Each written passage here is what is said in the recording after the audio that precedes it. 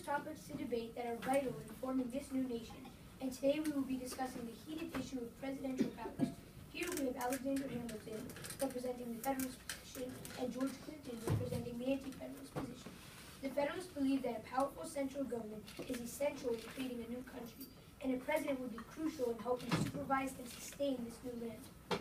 The anti-Federalists believe in having sovereignty and independence for the state governments. They are opposed to having a powerful president, for they believe that this is too similar to the King of Great Britain, from whom we just escaped. This topic is a very important one, and it requires your full attention. You will be able to present your questions to the delegates at the end of the debate. Hamilton, you have the floor, sir. Thank you, Washington. My opponents seem to believe the fallacy that a president will be just like a king of Great Britain, but they are extremely wrong. They have many false ideas about the presidency. We came to this land to create a country that would benefit our people. As a nation, it is crucial that we have someone to enforce rules and guide our government as it guides us. This government that we have created is nothing like a monarchy. King George III was a very cruel and oppressive leader. However, just because one leader was a tyrant does not mean that all leaders will be tyrants. The president will be granted specific responsibilities. Therefore, there will be no possibility of him abusing his power. When writing the Constitution and granting the president these rights, my fellow delegates and I knew that we had to take certain precautions in order to keep the country a free nation, but to also create a leader that administers one. How is a country with free men supposed to be governed by someone with so much more power than them? One of the main reasons why I came to this land is because I wanted to escape King George III and his cruel and oppressive ways. You are in favor of letting one man, just as entitled as you and I are, rule over everyone. This is exactly what we ran from. The Constitution grants the president with enormous powers. The president is given the role of Commander-in-Chief of the Army and Navy of the United States and of the militias of the states. He has the power to make treaties with 2/3 of the Senate's consent. He can appoint, with consent of the Senate, ambassadors, public ministers and consuls, judges of the Supreme Court, and other officers of the United States whose appointments are not already stated in the Constitution. He has the power to fill vacancies that may happen in the Senate. Don't you hear how much power we are giving to one man? The president will be in charge of appointing judges of the Supreme Court, with consent of the Senate, who are people who interpret the law. This affects everyone in the country. I believe that you're going to deeply regret letting one man guide our government. Responsibilities are just words that will be granted to this president that you speak of. It will be so easy for any man, given the complete opportunity, to overstep his boundaries and abuse his power. If one believes that a president should govern the nation, he will send himself down a long path of confusion and turmoil. He will also leave behind all of his past hopes for liberty. No one should ever assume, especially in such a vital time as creating a new nation, that a president would rule fairly and justly. You and the other delegates from your political party seem to think that the president has so much more power than he does. For example, you believe that the president has the power to permanently fill casual vacancies in the Senate during their recess, which is not the case. This task is specifically given to the executives of the individual states. The president has the power to fill casual vacancies in the Senate only for the duration of their recess.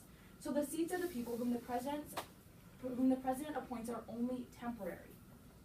Also, the president will not be able to easily overstep his boundaries when his responsibilities are strictly limited. In fact, you stated my exact point. You stated the powers of the president. The president will, for many of his powers, only be able to fully exercise them with the consent of the Senate. This provides boundaries for what the president will be able to achieve within the duration of his time in office. You are seeing the presidency as something it is exactly the opposite of. You say that if I believe in a president, then I am putting my country in danger and I will be sent to a dark place. What would really put this country in danger is not having a president to govern, supervise, and lead us. He would make sure that rules are respected and followed, and he would be in charge of an army being ready to fight for us. A president would be on our side, not against us. But how can you be so sure that the president would not turn against us? Because Congress will make sure that the president's decisions are the right decisions. They will keep the president from overstepping his boundaries and becoming a traitor. As I said, the responsibilities of Congress will keep the president in line. What if the president has a different opinion than a congressman? This could affect not only the president and his party's decisions, but also the opposing party's decisions. How can Congress keep the president in line if they have different ideas than him? This system does not make sense. Neither the president nor Congress will be able to get anything done. History has proven numerous times that if one man rules, then he will turn against his people for his own benefit. To live by one man's will became the cause of all men's misery. The president will be living life through purple sashes and gold necklaces, and he will leave behind his very important duty of fulfilling the nation's needs and maintaining a safe, economically stable, and equal nation. I guarantee you he will do whatever he wants, no matter what Congress does to make him obey the law. Where does this bold notion of yours come from? Purple sashes and gold necklaces are not anywhere specified in our carefully thought out blueprint of a president. A president is not to be showered with wealth and riches, just as awful King George III was. He will very possibly, As history has shown to be true, completely throw away the purposes of his role in office, and he will want to make decisions that will be for his own convenience. He will become so powerful, he will never want to step down from his office when the time comes, I assure you. the president is obligated to give up his role in office after 4 years. He may not want to, but he must. Otherwise, he will be arrested for violating the Constitution. If the president violates his powers or abuses them, it will be handled much differently than it would be handled with a king. A king has more power than the rest of the government. Therefore, he is able to change and alter all of the laws. The president's power is equal to the rest of the government, and he does not have power to go straight ahead and alter the Constitution. The president has no more power than the judicial branch of government. The judicial branch has no more power than the Congress, and the Congress has no more power than the president. I assure you, this maintains an equal, balanced, and civilized government that is nothing like a monarchy. I hope you're not forgetting that the president will be appointing some of these members of government. They might be influenced to follow the president's plan, not the plan of the people who value a democracy and an honest government. A president would very possibly turn into a replica of a king, with all of his many and very significant duties. This is one man that my adversaries want to govern a whole country, a supposedly free country. There should not be one ruler over the new nation with this much power. Thank you for your attention, delegates. We will be happy to take your questions now.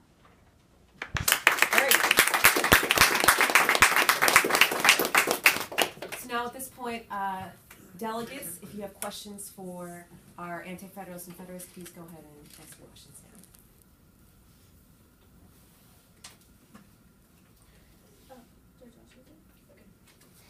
So,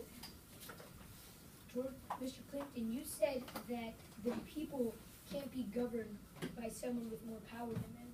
So I wondered to myself, how is that possible? Because people can't be governed by people who are equal to them. Because if the person that is governing them has equal power, then they can't complete anything that they want to complete. The people, he's not really a leader if he doesn't have more power.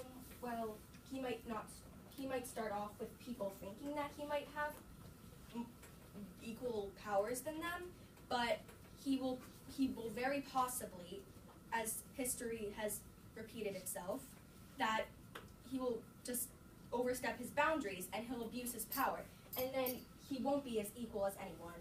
And this is what we wanted to escape from England. We wanted to be equal. We all wanted to have our own needs met and our rights to be met, like we always wanted to. And if a president would overpower us in the duration of his office, he might not start off with it, but he might end up not being equal after all. Franklin. I personally have spoken about the separation of powers, and what I've read, what my opinion is on this topic is that each branch would be able to prevent another one from usurping the other. And since there are three, there's one to counteract if two are fighting to keep balance. So why do you think the president will turn into something that seems to be so monstrous? Can you repeat that question for everyone? Because I know your voice is a little bit compromised. So- and not you, Hannah, if you don't mind repeating that question so we can hear it better. He says that from what he researched about the three branches of government, each branch is supposed to have a check on each other, and they're not supposed to not be equal. They're all supposed to have the same amount of power. And how would the president be having so much more power if all of the branches are equal? And what I say to that is, I think that Congress is going to have many different ideas than the president, and the president will have many different ideas than Congress. And when they keep on fighting, they won't get anything done, and they'll just be mad at each other. I don't think the three branches of government work because they contradict each other, and they want equal power, but that isn't exactly what's going to turn out that way.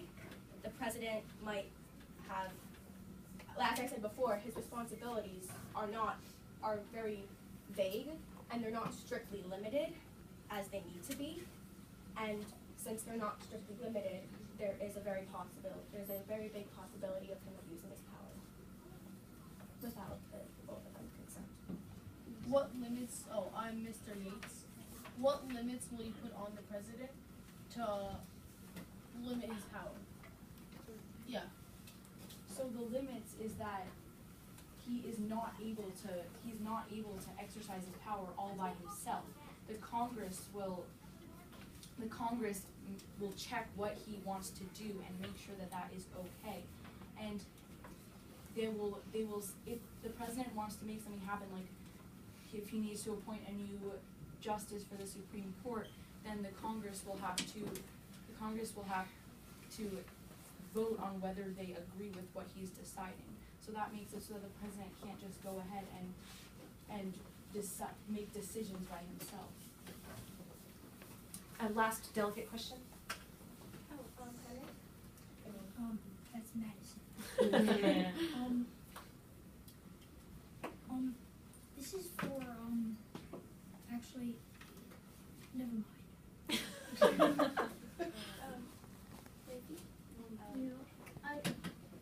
Okay. So, Mr. Alexander Hamilton. Mr. Hamilton, Yes. you said that the president can't appoint agencies in the Senate while the Senate is not in session, right? Yeah. Okay. And he also needs the consent of the Senate to appoint justices and other positions. So, couldn't he appoint people who he would get who agree with him and just appoint all these people without other opinions? Yes, that's exactly what Well, he is appointing people.